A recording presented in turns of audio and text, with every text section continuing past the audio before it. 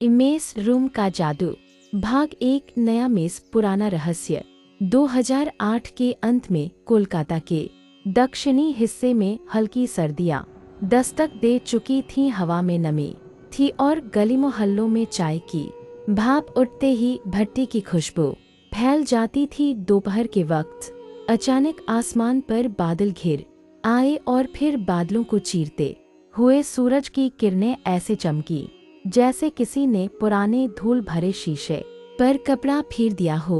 शहर के दो हिस्से भवानीपुर और जादवपुर के बीच की एक नामहीन गली में यह सब और भी अजीब लग रहा था। इस गली को कोई नाम नहीं जानता, बस एक घर के नाम से लोग पहचानते थे, श्यामल निवास।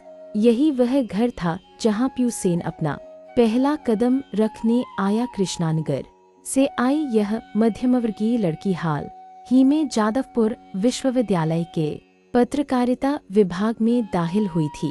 कॉलेज के हॉस्टल में जगह नहीं मिली तो अचानक मेस में रहने का फैसला करना पड़ जाए। प्यू बस से उतरकर अपने भारी बैग को घसीटते हुए गली में पहुंची।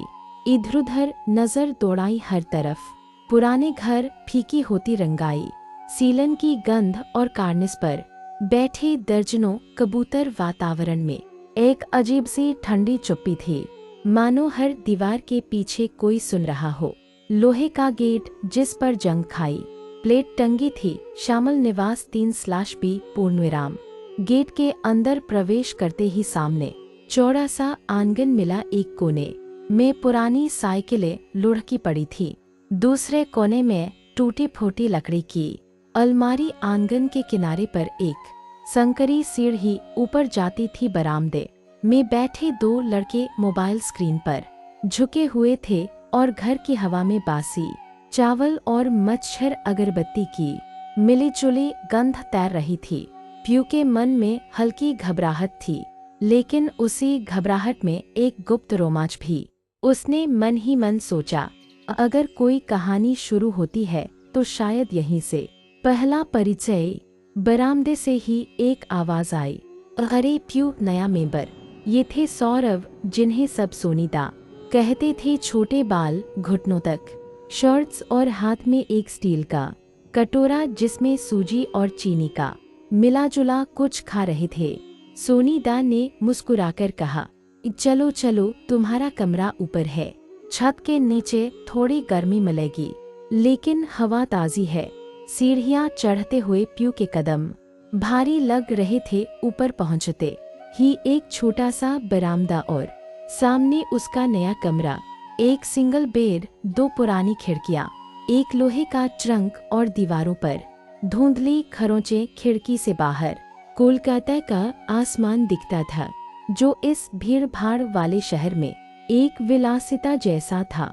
प्यू ने धीरे से बिस्तर पर बैठते हुए लंबी सांस ली। यह मेरी दुनिया है। पहली शाम। सामान रखने के बाद वह नीचे उतरी। डाइनिंग हॉल की बालकनी पर खड़े होकर उसने देखा, एक लड़का धीरे धीरे सीढ़ियां उतर रहा था। उसके बाल बिखरे हुए, कानों में हेडफोन, आंखों में अजीब सी थकान। उसने बस सिर उठाकर पूछा, नया हो? कौन सा विभाग? पत्रकारिता, प्यू ने जवाब दिया।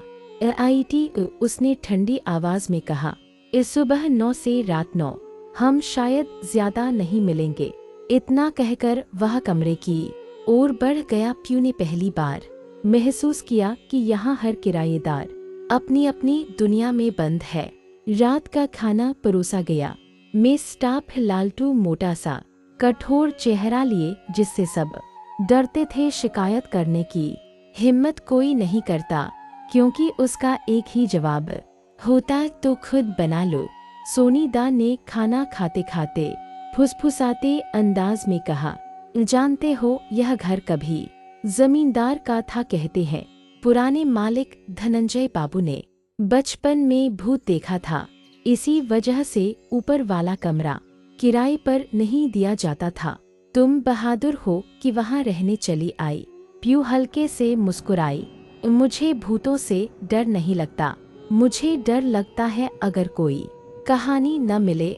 टेबल पर बैठी आंचल बस चुपचाप खा रही थी। उसके चेहरे पर ऐसी ऊब थी जैसे उसका मन इस घर में नहीं, कहीं बहुत दूर भटक रहा हो। प्यू की नजरें उस पर टिक गईं। वह पहली बार सोचने लगी कि आंचल की खामोशी अपने आप में कोई कहानी है।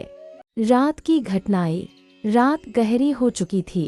गली में कुत्तों का भौंकना गूंज रहा था।